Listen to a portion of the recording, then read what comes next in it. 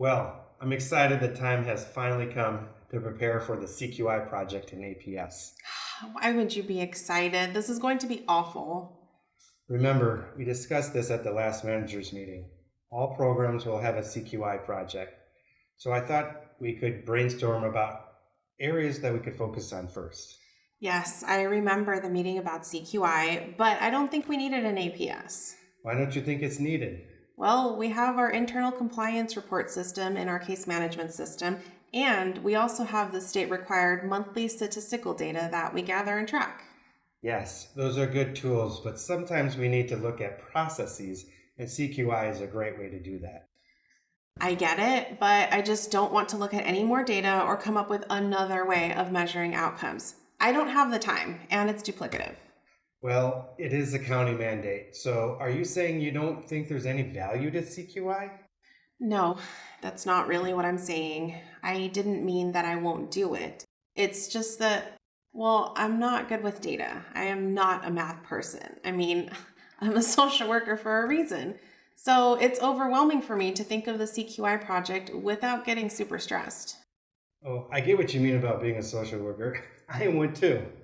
I understand this will be a challenging project. I also know that you're passionate about agency compliance. I hear you talk about it with your staff all the time as it relates to their work. Huh, good point.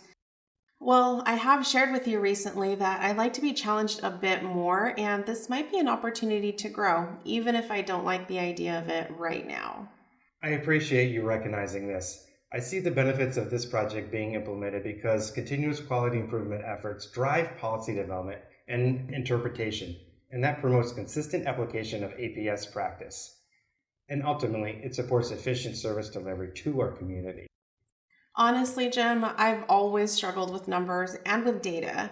I just get overwhelmed with it all, and I want to avoid it because it's not my area of strength. Terry, a lot of people are feeling the way you are right now. What do you normally say to your staff who want to avoid something because it's not something they feel confident or strong in? Well, I let them know that they have other strengths they can lean on, and that avoiding something challenging often just makes it bigger and harder to recover from. I work with them to set goals so they know what to expect. Exactly. That's why I wanted to schedule this meeting to talk about CQI, prepare for the implementation, and leverage your other strengths. I really do want you to feel that you have the tools necessary to implement this, even if you're totally not confident in it. I appreciate your support. You shared a lot of benefits for policy development and implementation, training, and consistency in practice. I can see those are probably the agency's goals with this. However, I'm not totally sure of my next steps. Can we maybe talk about some goals of both the planning and implementation phases? Of course. We talked about seeing this as an opportunity to grow and challenge yourself.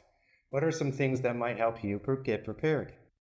Well, there is the county training series about CQI. I thought about taking it before when you first gave me the heads up that this was coming, but I just didn't prioritize it.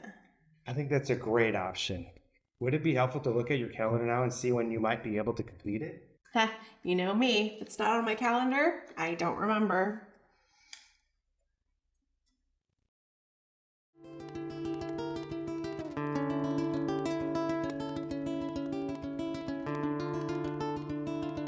APS Day 2, Take 34. Everyone, congratulations.